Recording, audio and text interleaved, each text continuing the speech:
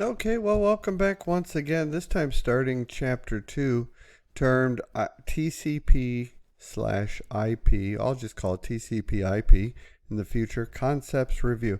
This really is a fun chapter to me. It begins to get a little more technical, and this is not a Security Plus course, right?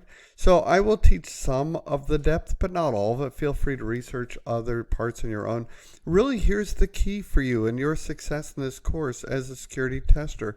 For now, capture the risks that we talk about and begin to address them in the risk register by filling in the columns and even asking questions of your fellow teammates on the discussion board enhances the conversation and your risk register result.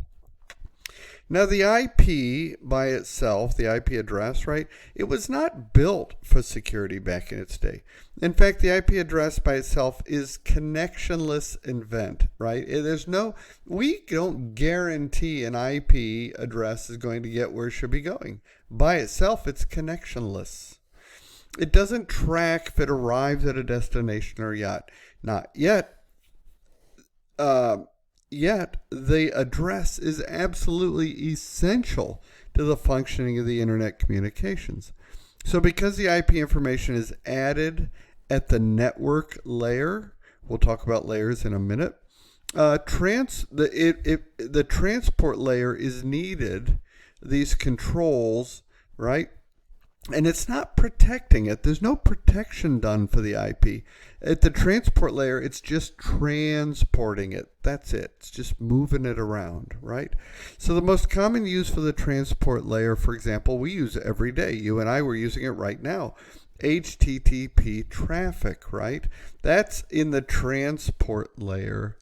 In HTTPS, we would use TLS protocol, transport layer security, you'll often find, right? So HTTP is not generally protected, but HTTPS will use TLS, transport layer security. Now, something similar is shared with TCP. So you have the IP address. And remember, we called this TCP slash IP.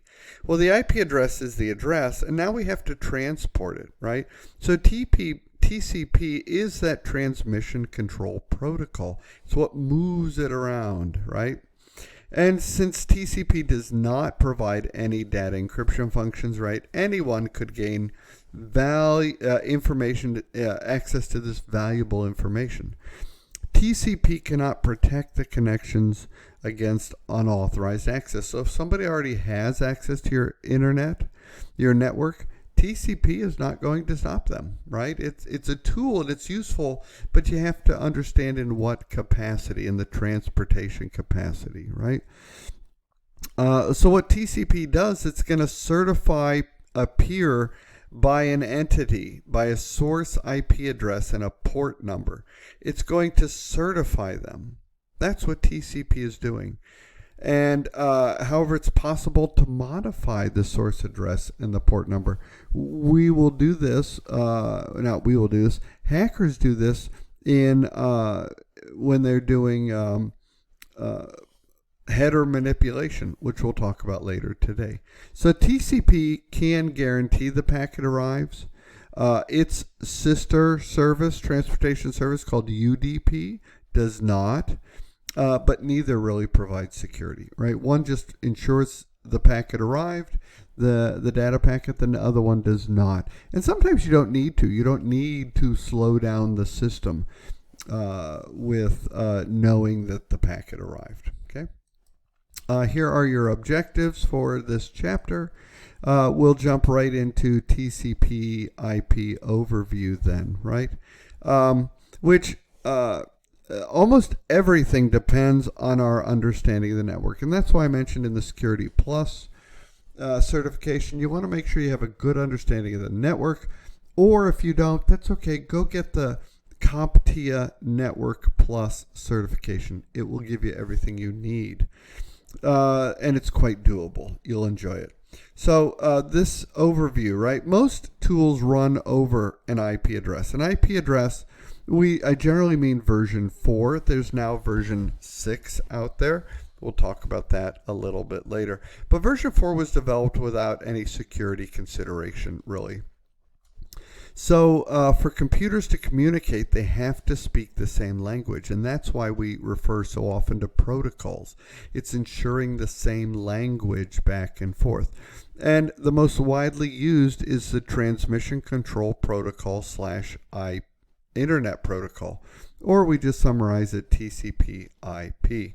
So the same protocol must be running on all the computers, that's what a protocol is about, so they can speak to each other if the communication is going to function, right? And so this is going to be referred to as a protocol layers or an TCP/IP stack, right? Which has 4 key layers according to the literature. I'm going to actually expand on that. I think it's a little clearer when I do. But the protocol piece is that common language so that computers can speak to each other. TCP/IP is how these data packets can flow, the IP address and the transmission. And then we'll talk about the layers. So the book talks about these 4 layers: application layer, transport layer, internet layer, and network layer. That's good. It's good conversation in the book. I prefer the holistic view, which you see in this slide. And it starts at the bottom, which is your basic computer. But notice what I love about this slide is, and this is good for your risk register to begin to list them, is these are the type of attacks, the risk, the threats to you. Starting from the bottom, sniffing and spoofing. Spoofing is when I change the headers, the IP address in that data package, right? Man in the middle, which I mentioned in chapter 1, which can then lead to somebody, a bad person, manipulating the ARP address, ARP, or the DNS cache and getting into if they can get into the ARP cache or DNS cache is CACHE if you're new to this, then they're able to manipulate the IP address, which means your communication meant for somewhere else is going to go to the DNS, see this fake IP address, and take that communication there. And that's how they can get in the middle. Again, going up the list, reconnaissance is done at the or denial of service at the transport level. Hijacking is where the man in the middle hijacks the conversation in the session. Phishing happens in the presentation level, right? And exploits happen of a vulnerability at the application layer. So that's kind of a quick summary. I really like this slide better. And if you look at the little gray lines on each layer, the physical layer, the data link layer, the network layer, etc., you'll see examples of what tools are there and what's going on. Notice on layer 3 you see the IP I've talked about. You see the ARP, which is Address Resolution Protocol. That's the cache, the ARP cache you do not want somebody getting access to because it translates your computer MAC address to an IP address, right? You don't want people knowing that. It'll give you IPsec, which is a form of security, right? Encryption, etc.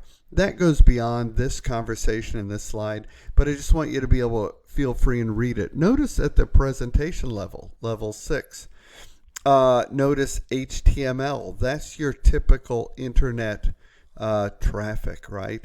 A doc, a JPEG, right? This is what's being presented, right? So in layer 5, you'll have a handshake.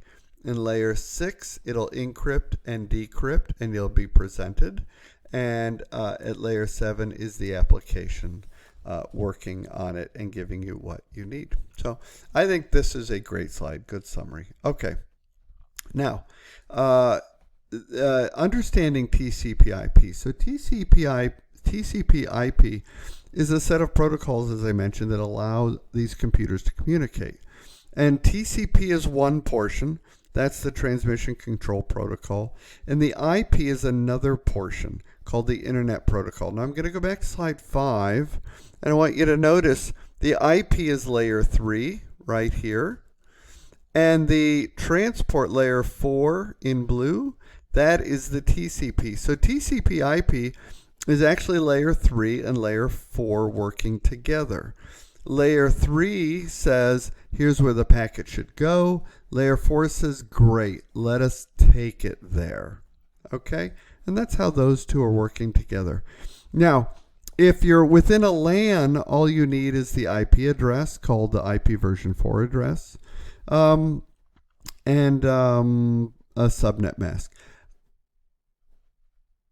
If the router, if it's on the same LAN, if it's on a different LAN, the IP address will need the default gateway, because it's going to send it to a default gateway. That's that router that then goes out and says, okay, let me route this for you to get it to the address you want. But if the address you want is on your local LAN, your local area network, you don't need the default gateway. Just FYI.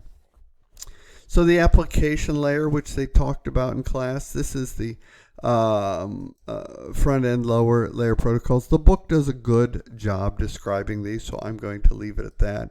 They also discuss the terminal layer, which the terminal layer is at the TCP, the transport layer rather, is at the TCP level. I showed you that back on this slide right here. This is your transport layer right here, and this is your TCP protocol, that commonality that's going to get it between computers. So here's how one computer says hi to another computer. It's called a three-way handshake. Computer A is going to send a note to B, and it's going to send a SYN-PACK, which is really synchronization. Computer B is going to say, oh, yes, I'll synchronize with you, and I'm acknowledging your packet. And then computer A is going to go, great, I'm going to send you back an ACK packet. That's a three-way handshake, and that sets up a session between the clients, between the client. So here's what it really looks like. It's connection-oriented TCP. Remember I said UDP, which is also part of this layer 4, this transportation, is connectionless. Doesn't care if it gets there, but TCP does, cares if it gets there. And so here's a picture of that three-way handshake and how the ISN number will change each time just a little bit to make sure each computer knows who they're talking to. A man in the middle, which I've mentioned previously, is somebody that injects themselves into this session, into the conversation.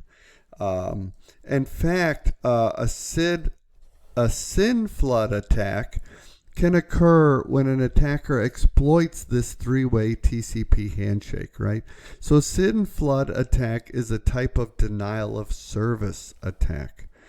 It's when the attacker floods the target with spoofed or false IP packets that cause the system to freeze or crash, right? And so you'll want to make note of that on your risk register. Is probably a good thing to add. Okay, so the TCP then has these headers, these flags that go up, the SYN flag, the ACK flag we've already seen, right? Going back and forth. So these packets, as they go back and forth, will have these flags.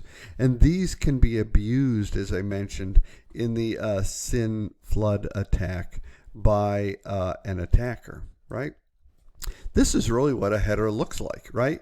You have your source port, your destination port, which is 32-bit, your sequence number, that's that ISN number, right? So all your data gets broken up into packets, and the ISN numbers are going to put them all back together.